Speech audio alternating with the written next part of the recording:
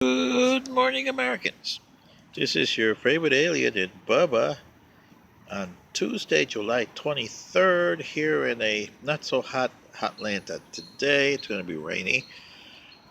I wanted to do a commentary on Asylum.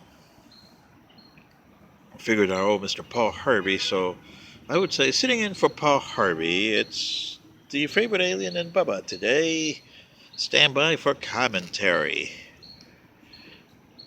Well, if Mr. Harvey was alive today, he would do this commentary, and I hope he does it this way. Asylum. It's a strange word, used for a lot of things. In the American definition of asylum, to become an asylum seeker in the U.S., that's what they call them when you granted asylum seekers, uh, there's a form, I-589, you have to file. The bad thing is, they got the asylum law so messed up that you have a year to file that form. Ain't that something? Not when you cross in. You just say you're seeking asylum and they're supposed to let you in, then you got a year to file that form. What happens between that year? They have no idea. And this is what President Trump, for bad or worse, but he's got a point here. You got to change the asylum laws. And by the way, economics is not one of the reasons to seek asylum. You have the usual persecution, political, but non-economic.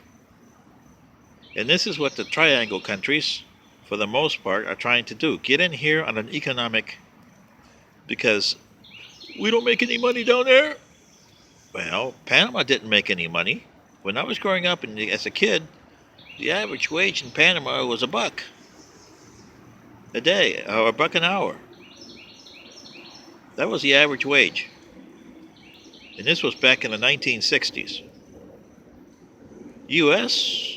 wasn't much better either in the 1960s. Your minimum wage was what, $1.65? So you see, but now that the United States is $15 or $7.50, I mean, that's what it's attracting those guys over there from Guatemala, El Salvador, and Honduras.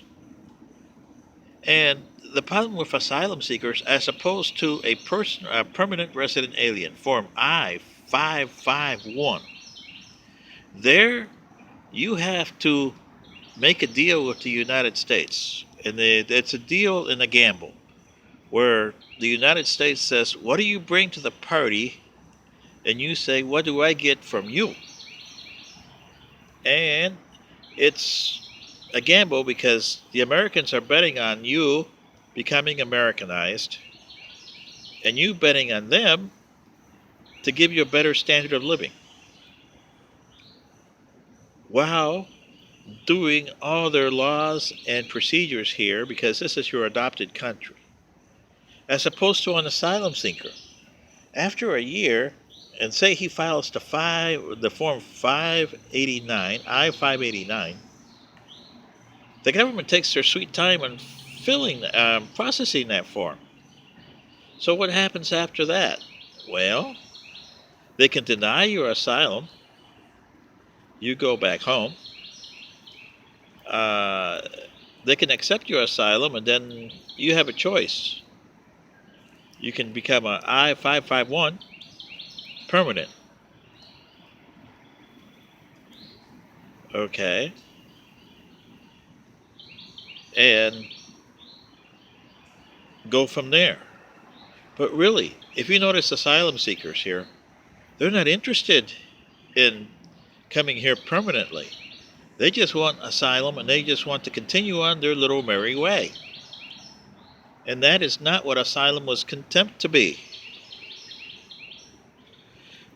Look at your history here.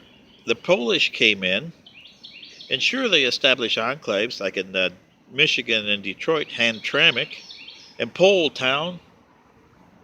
But what happened to those? Hamtramck is not Polish anymore. It's becoming Arab. Why? Because the Polish didn't have wave after wave coming in. They just had that one wave. And decades later, generations later, They became assimilated to the United States. Sure, you still see Polish music and Polish pierogies all over the place, but you don't see them. When I went to Michigan the last time, back in 2009, uh, I couldn't find them. Or 2016, when my stepfather dad died, I asked my nephews, who are Polish, what happened to Hamtramck, and they said it's getting overrun by Arabs. That's because you don't have the influx coming in anymore of the Polish. They were a one-time deal, and the Irish the same way.